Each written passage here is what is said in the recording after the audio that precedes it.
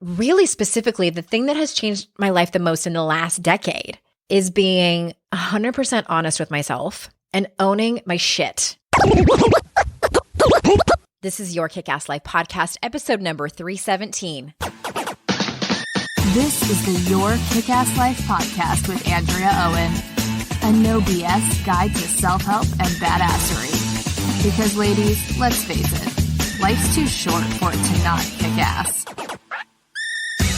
And here's your host, the girl who serves it up straight with a side of crazy, Andrea Owen. Hey there, ass kickers. Welcome to another episode. I am so glad that you're here. I'm excited about today's solo show because it is sort of something I decided to do last minute. I had posted something on Facebook and thought to myself, this would be a great podcast episode. I hope that you can take something away from it. If nothing else, I hope that you can see some of yourself in the things that I'm about to talk about.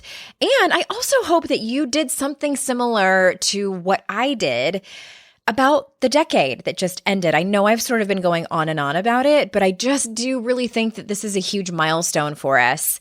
An entire decade of growth, of things that happened, of life lessons. And if nothing else, I hope this inspires you to do your own inventory on your life. Before I jump into it, if you guys haven't listened to Not Another Self-Help podcast, you might want to try it. It's super funny. I think it's funny because I'm in it. Amy Smith and I are doing this joint project together, and we are laughing so much in those episodes. Selfishly, I have listened to them more than once and laughed my ass off.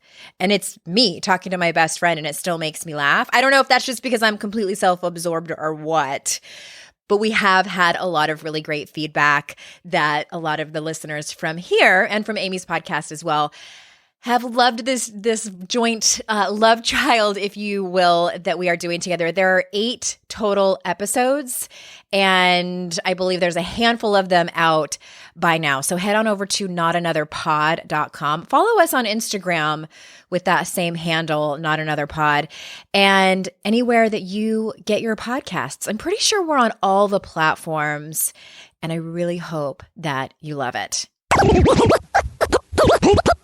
All right, so one of the reasons that I thought it would be applicable just personally for myself to do this inventory is because I saw on December 29th, my Facebook memories popped up, and one of them was my status from that same day 10 years previously. So on December 29th, 2009, at that point, I had a 2-month-old and a 2-year-old. And I posted nothing about my children in this post, but here's what I said. Change knocked at my door and I let her in. We're having coffee, but I'm still not sure if we'll be friends. So I have no idea what was going on in my head at that moment when I decided to post that, but I thought that was so interesting considering at that time we were heading into a new decade. We were heading into 2010. I had not even started Your Kick-Ass Life yet. Your Kick-Ass Life was not born until September 2010. So this was still about 10 months before I even launched that baby. But I was just starting my coaching practice. I was still blogging under liveyouриdeallife.com, which I love because it's so cliche life coachy and really not, the brand of Andrea Owen. But it was my first foray. Am I saying that right? It was my first step into this whole industry, and it really got me thinking about that whole decade. And so this is going to kind of go in 2 parts. I'm going to kind of give you a really quick synopsis over the last 10 years. And who knows, I might go on a side tangent. I just have like bullet points in front of me. I may go on some side tangents if I think that it will be helpful to you. But at the end of the episode, I'm going to talk about a few things that I've learned, some kind of overview life lessons on some topics that I've learned over the last 10 years. On sobriety and recovery, on being a woman, on being a working mom, those types of things. And if nothing else, I guess this might be interesting for you to hear about what has happened over the last 10 years, especially for those of you maybe, I'll go into a little bit about my career and being an entrepreneur. I don't know if many of you know this, but I was the accidental entrepreneur. I was not someone who was the kid who was selling, blow pops at school and was thinking of business ideas when I was younger. I never sold the most Girl Scout cookies when I was in elementary school. It just wasn't something that was in my sights. And it wasn't until I started this was like, oh, okay, this is something that I could do. It's been the best decision for my personality that I could have chosen. I don't think entrepreneurship is for everyone. And it might be interesting for you to hear a little bit about where the whole enchilada really started. Okay, so let's do this decade roundup. In January of 2010, I had a 2-year-old and a 4-month-old. And I was finishing up my life coaching certification hours at that point. Some of you listening might have been my very first practice clients at that point. And again, as I was saying, I was blogging under liveyorideallife.com. I look back on that time and it was so, blissful in a way. Not that having babies that little is easy, but blissful in a way that I didn't know what I didn't know in terms of building a business, especially building an online life coaching business, if we're going to get that specific.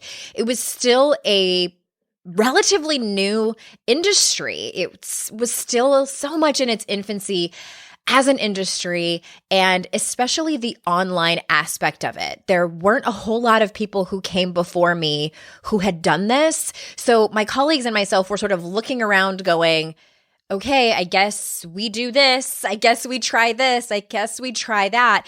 And it had its advantages and disadvantages for sure. The advantage was that I didn't have really anyone to compare myself to. That was fantastic.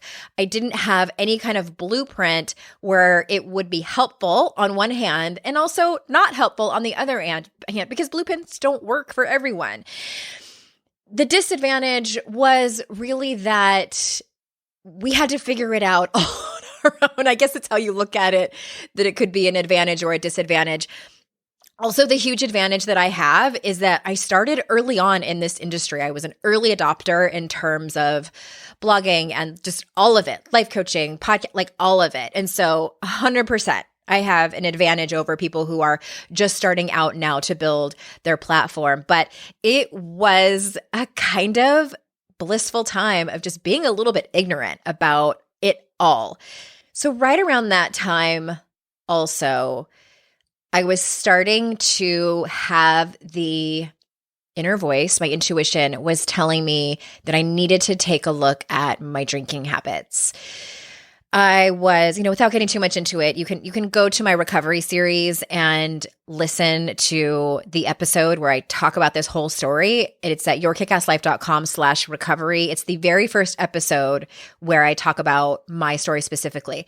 But to just sort of give you a very brief overview, I had healed from some other stuff, and I was still at that time working on healing from things like codependency, my eating disorder, love addiction, and my drinking had started to pick up when I was leaving those other coping mechanisms and symptoms behind. And it was right around that time in 2010 where I was, my drinking was escalating. Again, I was not going out and partying, not that it matters, but just to kind of give you a picture, I was drinking at home. And it was not healthy for me, and I knew it. And it was that voice was starting to get louder and louder, but I didn't get sober until the following year. So late 2010, I passed my exams for my life coaching certification, birthed yourkickasslife.com in September of 2010. And P.S., I also launched my very first group program, got one person to sign up. And instead of putting myself out there more, I freaked out. I canceled the class, refunded that one woman that had signed up. And I look back on that and thought, you know what? I was too afraid to start this whole thing whole hog. I know probably look at me and think that I have all this courage and confidence and I just jump in with both feet. I do a lot of things that way now, but back then in 2010, I was afraid. It wasn't so much that I was afraid to put myself out there. It was easier for me to write really vulnerable blog posts where I didn't have anyone really to answer to quite yet, but to sell something and put that kind of work out into the world was at that time the scariest thing for me. And I got this one amazing person to sign up, and then nobody else signed up. And I didn't really promote it all that much. I was like, oh, I sent out this one email and one person signed up and that's it. Well, I guess I'm a failure. Canceled the whole thing. So I just thought it might be helpful for people to realize, what that whole process looked like. 2011, we left our hometown of San Diego. My husband and I are both born and raised there. It was a big deal for us to leave. And we moved to Utah to be near my mom and stepdad. We didn't know anybody else there except my mom and her really awesome senior citizen friends. And it was super, super scary. So in May of 2011 is when I got sober. We had just moved to Utah, and we moved in with my mom and stepdad, which is another podcast episode that I have yet to record, and I probably won't. If anyone has lived with your parents as an adult when you have toddlers, you might feel my pain a little bit. And I got sober there, didn't really tell too many people. And then in that whole year in 2011, I had a few months of sobriety. Again, you can hear more about this on the recovery series. I relapsed in September of that same year, one day, and that was really the lesson I needed to learn in order to know I needed to get sober. And that is officially my sobriety date, September 27th, 2011. Right after that same year, I sat up in bed one morning. It was probably in October or November of 2011. And I said to myself, I'm going to write a book. I had wanted to write one forever, but it seemed like such a pipe dream. It seemed like something that other people did, other people with more talent, with more experience, with more English degrees, with more connections, all of these things that we make up are necessary to make that big leap. And I had a moment of what I like to call delusional confidence and just thought, I'm going to do this. I don't know what it's going to look like. I don't even know totally what the book is going to be about. I kind of know what it might be about. I'm going to do it. And then, of course, all the fears crept in when I sat down to do it. I don't know how. I'm going to do it wrong. I don't know how to get published, all of these things. And what I ended up doing is got some coaching on it. At that time, I could not afford to pay thousands of dollars for a coach. My business at the time was barely breaking even. And I ended up bartering coaching sessions with another coach that I knew. And that really changed everything. She coached me. I ended up figuring out what it was that I wanted to write about. And I started blogging about it. Those blog posts still exist on my website at yourkickasslife.com. And I wrote about all the drama that I was feeling. I was such a creative martyr.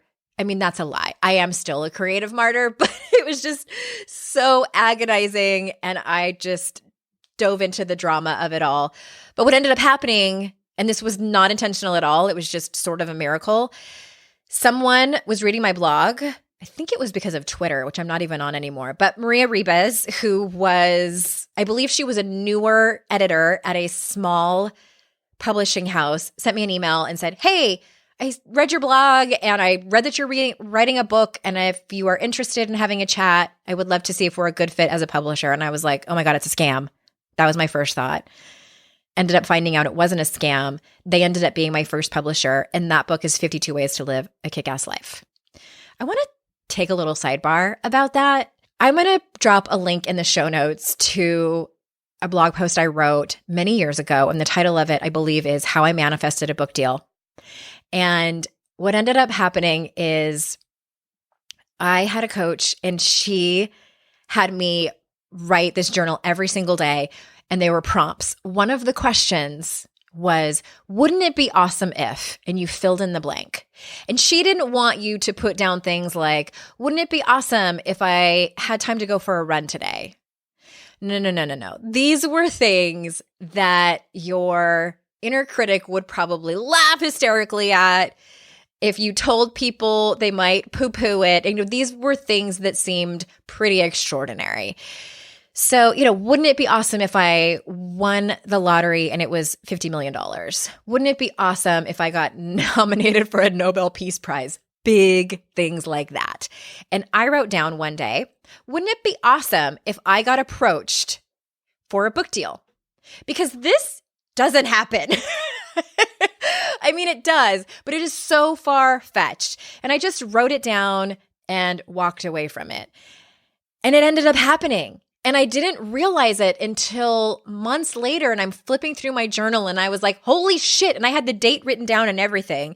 So it was clearly before I had actually got the book deal. So wink, wink there for writing down your intentions, putting it out there into the universe. All right. So back to now we're at 2012. 2012 is when I got the book deal. And it was also the same week we started testing our son for special needs. He's 12 now, and I don't like to get into the specifics of it too much just to protect his privacy. All I want to say about that is the juxtaposition of emotions during that time. I was, on one hand, riding so completely high from being able to have this come to fruition, to have this book deal, and at the same time being in fear and excruciating pain of going through the process of having my son tested for these disabilities. And if any parent out there has been during that process, the sheer amount of paperwork alone, the not knowing, the getting the diagnosis, and then being thrust into this world of resources, if you are lucky enough to even have those type of resources, I know many people don't, it is overwhelming. So both of those things were happening at the same time in 2012. I also started playing roller derby in 2012. And at that time, that is exactly what I needed. I was lonely. I was having a really difficult time making friends when we lived in Utah. And I also it was something I always wanted to do. I was mildly obsessed with the sport. And it also was one of those things where I told myself I was too old. I was 37 at the time. I told myself I was too old. I told myself I would get hurt. I told myself those women wouldn't like me, all of those things. And I went to a roller derby bout and asked the women at the ticket counter about tryouts. They were so nice.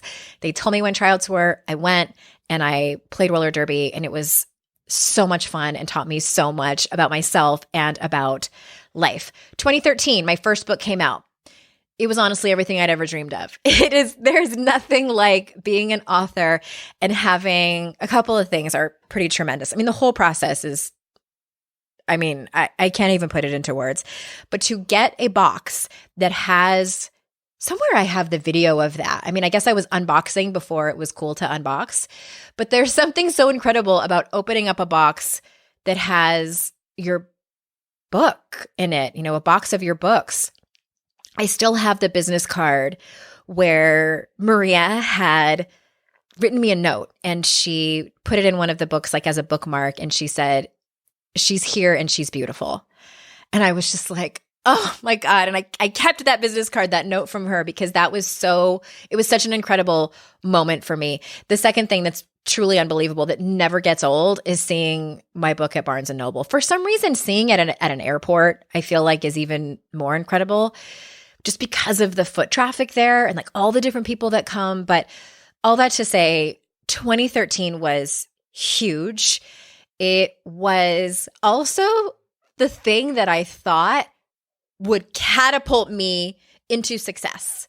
I was like, this is going to be the thing where all my financial stress is going to go away.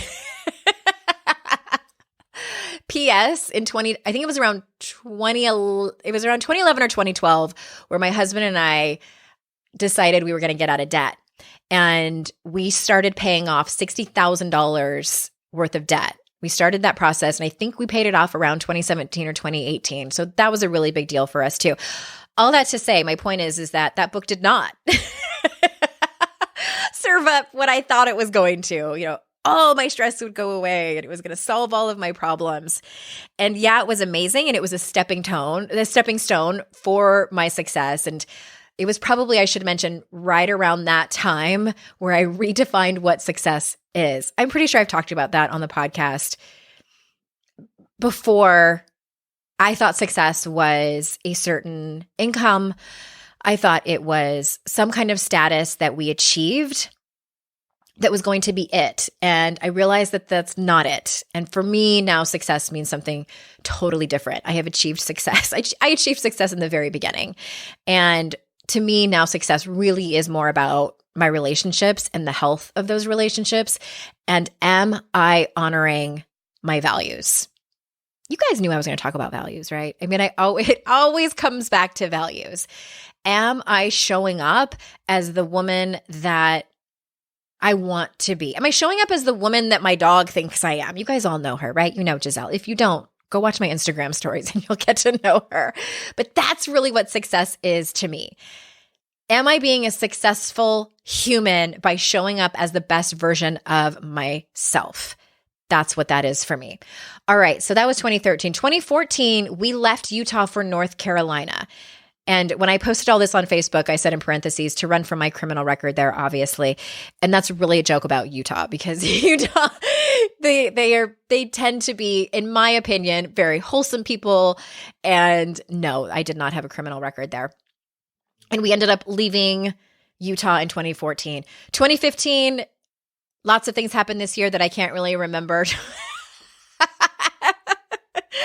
I'm like, there was things, but there was nothing like hugely poignant, I don't think, where any major life lessons came out of 2015. Maybe I just took a year off of life lessons for that one because in 2016 beat the shit out of me. The really great thing that happened that year was I got my second book deal. I believe in 2015, I was sort of in the brewing process. I was pregnant with ideas for how to stop feeling like shit. And in 2016, I got my second book deal for that book. I spent that entire year writing that book. And I was about, I don't know, maybe 3/4 of the way done with it in September of that year. My family and I were on a Disney cruise and my dad got sick. 3 weeks later, he died. And that was October 16th, 2016. 3 weeks later was the US election. And as I know, most of you know, it did not go the way I thought it was going to go and kicked the emotional shit out of me, right after my dad died. And 8 weeks after my dad died, my uncle died. And he was my dad's twin brother. And it just was a rough year.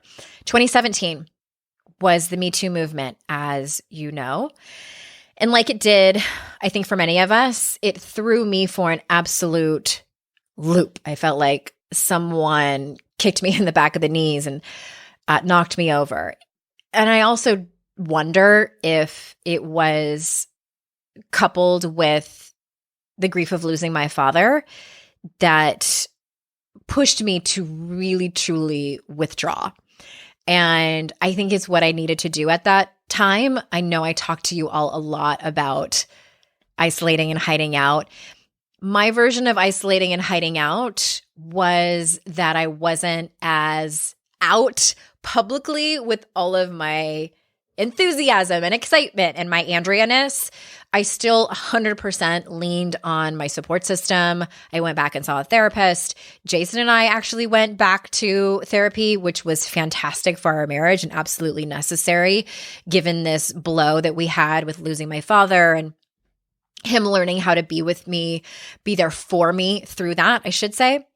And it was just really rough. It almost was one of those things where I was like, I don't know how much more of this I can take. And having done this work for so long, here's the thing that I really want to point out that I feel is so important. As I was going through that fire, I knew I was going to be okay. And I know that sometimes when we're in those places, when we have a year like my 2016, 2017 was, when we do feel like we're just on the ground getting the emotional shit kicked out of us, that it can feel like, how am I going to come back from this? If I truly lean into this pain and feel my feelings, am I ever going to stop crying? Am I ever going to stop feeling this pain if I open it up and let it in? That's how I used to be, 100%. Like if that year had happened to me 10 years prior, which let's be honest, it did, 2006 was not fun. That's when I had my divorce and dated the fake cancer guy who lied, because all of that. You guys know that probably. That was one of those times where I was like, I'm not ever going to come out of this, and definitely numbed all my feelings. I was deep into my disordered behaviors and my very unhealthy coping mechanisms, 2006. The difference in what I went through in 2016, 2017 was that I knew I was going to be okay. I knew this was going to suck, and I was not going to enjoy this whole process of walking through this fire, but I knew, like Glennon Doyle says, that I was fireproof and that I was going to be stronger on the other side. I wasn't necessarily pumped about that. Like, yeah, I'm going to be great on the other side. It just was this knowing, this deep knowing that I had, that I truly believed aided in my resilience, aided in my knowing that I was going to be okay. And I kind of feel like it allowed me to sort of speed up the process, not speed it up in a way where I plowed through it way too quickly, which I do have a tendency to do. Thank goodness I have people that remind me not to do that. But I do think that having done my own deep personal development work, which I'm sure that all of you listening are doing yourself in your own way, that is what helped me be able to walk through that and be so much better on the other side. So January 2nd, 2018, as I've been talking about over the last few weeks, How to Stop Feeling Like Shit came out. And that book has been a great success in terms of traditional publishing, in terms of nonfiction publishing. It's something like 160 or 170,000 copies at this point, something bananas like that. And I did a small book tour where I was able to take my kids on to some of those cities, which was really fun, and got to meet so many of you. And it was incredibly fun, incredibly busy. Book tours are very exhausting, but incredibly worth it. It just was really the highlight of my life, one of the highlights of my life. And during that year, I also started writing lots of poetry. And it was something sort of new to me. I hadn't written poetry in a decade or a decade and a half. And it was something I did for my healing process. It was something I realized coming out of the Me Too movement that was helpful for me. I had a lot of anger and rage, and I didn't know what to do with it. So for me, writing is an outlet. And it also helped me. My friend Jamie Jensen, she's a writer and she writes screenplays and all kinds of different amazing things. And she says that if you're a writer, writing just for yourself is 100% a form of self-care. And I hadn't done that in so long. Everything that I had written had been for my audience. It had either been going into a book, or it had been going onto the blog, or trying to create witty social media posts that were entertaining and helpful and insightful. I hadn't written just for myself, things that nobody would see. And I do think that that is so important and something that I truly need to do more of. And so if that's you, whatever your art is, I hope that speaks to you. So yes, I wrote a lot of poetry. It was enormously therapeutic. And 2019 happened, and I intentionally dove into my healing. It wasn't an accident. I had spent 2018 very busy having this book come out and writing some poetry. And 2019, when the marketing aspect of it did start to slow down enough, I really decided, okay, these are the things I need to work on. And if anything else comes up along the way, which it typically does, I am open to that. I told the universe that I was ready to have whatever teachers I needed to have be put in front of me so I could do this healing. And my usual ambition and fierce determination that I have in my career took a backseat as I focused on old stuff that I didn't even know was there really until about 2017. And at the end of 2019, I accepted an offer for my third book from my dream publisher, which at the time I'm recording this, the contract is still being, negotiated and all those like big deal things that happened. And I haven't signed on the dotted line yet, so I can't tell you who it is, but it's coming in a few episodes. More on that later. Oh my God. And that was it. That's the whole decade in just, some minutes here. And I guess all that to say, if change knocks on the door, let her in. Isn't that funny that I wrote that post on Facebook in 2009 and of course, I didn't know what was coming. And I could not have imagined it would look like this. Could not have imagined. I mean, sure, if somebody would have told me that, if showed me that in the crystal ball, I would have been like, holy shit, that's amazing. But could never have imagined. Let me give you sort of a brief synopsis of a few things. As I wrote down that whole decade in review, there were a few things that popped out to me that I'd love to tell you.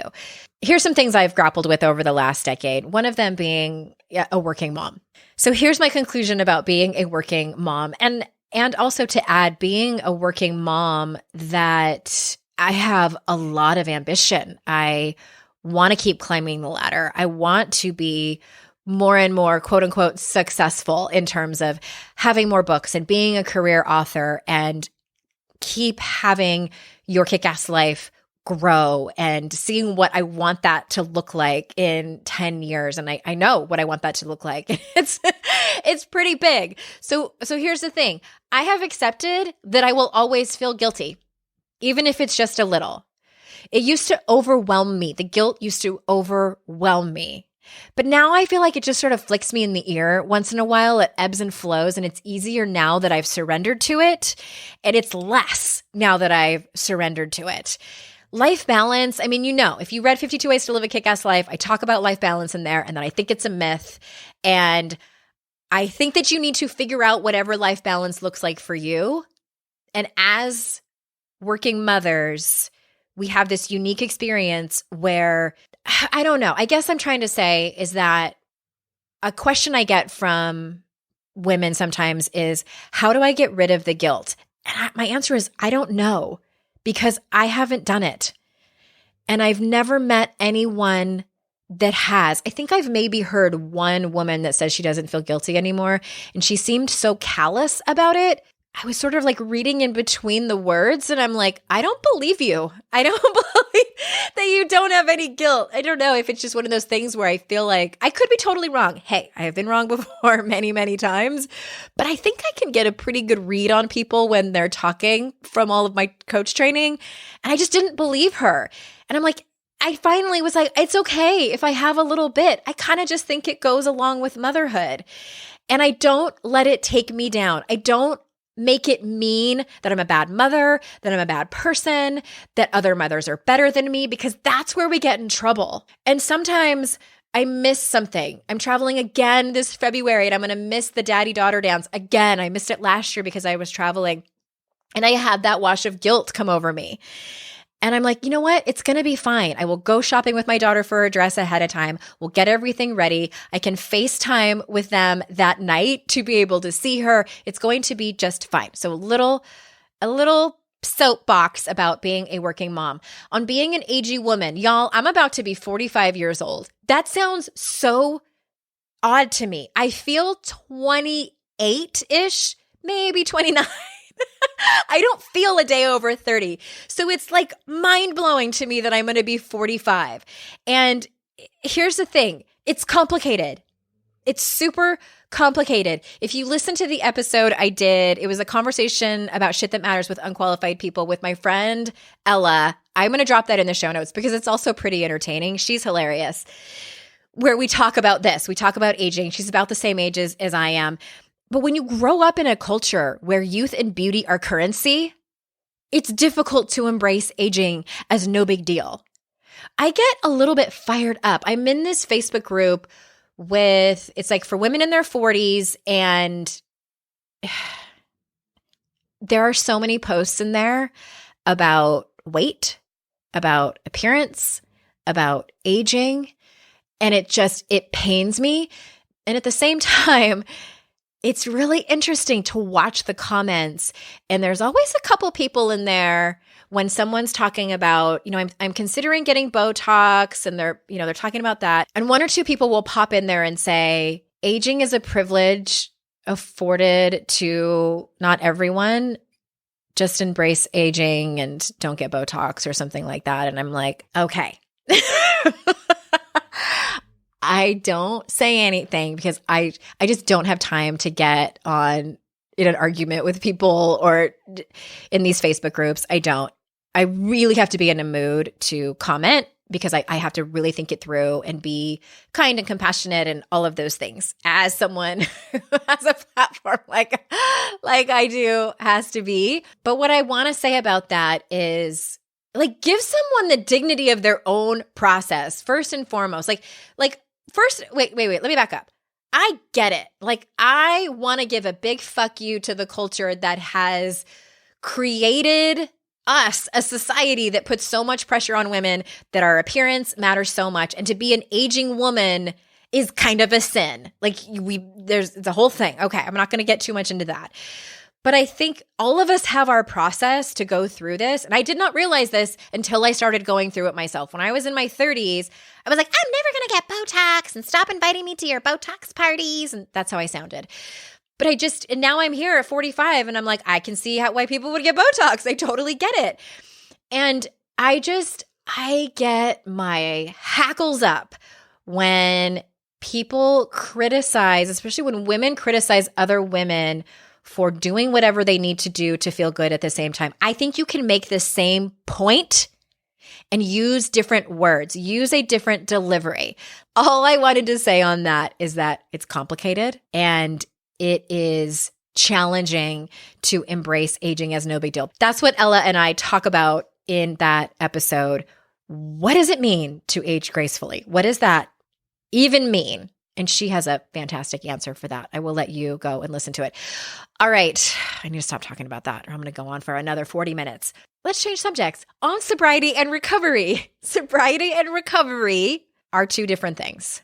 Getting sober from alcohol was just the last symptom I was using to run away from my life, to run away from my feelings, to run away from my everything. Getting sober and choosing recovery was one of the best choices I ever made in my entire life. I know that when I get to the very end of my life, however long that is, I will look back and cite getting sober and choosing recovery was one of the best life choices I ever made. The last thing is on the topic of happiness. Kind of to close this out, the thing that has changed my life the most, and really specifically the thing that has changed my life the most in the last decade, is being 100% honest with myself and owning my shit. I used to blame everyone else anytime I was unhappy. But when my life fell apart in 2006, I finally started looking at me. And took me a minute, I slowly learned compassion, empathy, patience, understanding, boundaries, self-trust, trusting others, acceptance, surrender.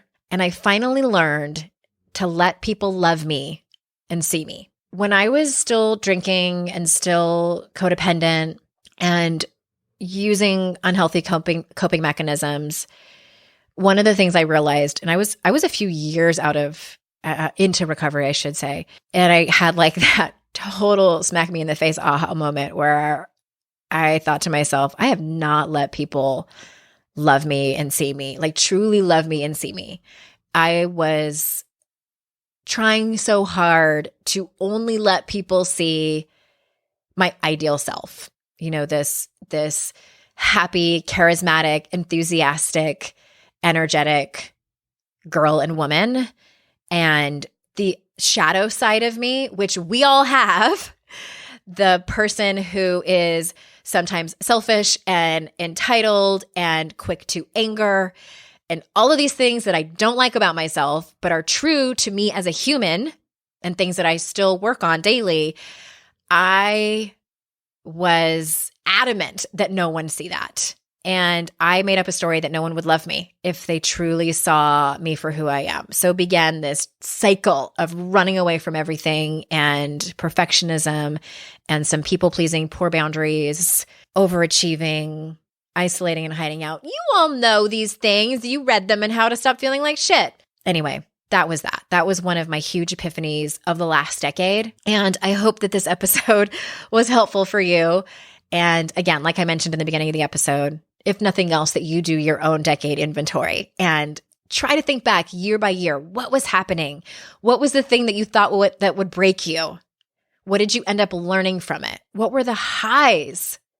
What happened that was so amazing? And give yourself a moment to celebrate that again. And I want to just leave you with one quick thing that I forgot to mention in the beginning of the episode. We are running again my signature program, the Mentorship Masterclass is coming back this year. And you can head on over to yourkickasslife.com/mentorship, or you can send me a DM on Instagram if you're interested, and I can send you the link and chat with you a little bit about it. Applications are going to open up in February. All right, everyone. Thank you so much for joining me here today. I know how valuable your time is, and I am honored and just so grateful that you choose to spend it with me. And until next time, I will see you all out in cyberspace. Bye-bye.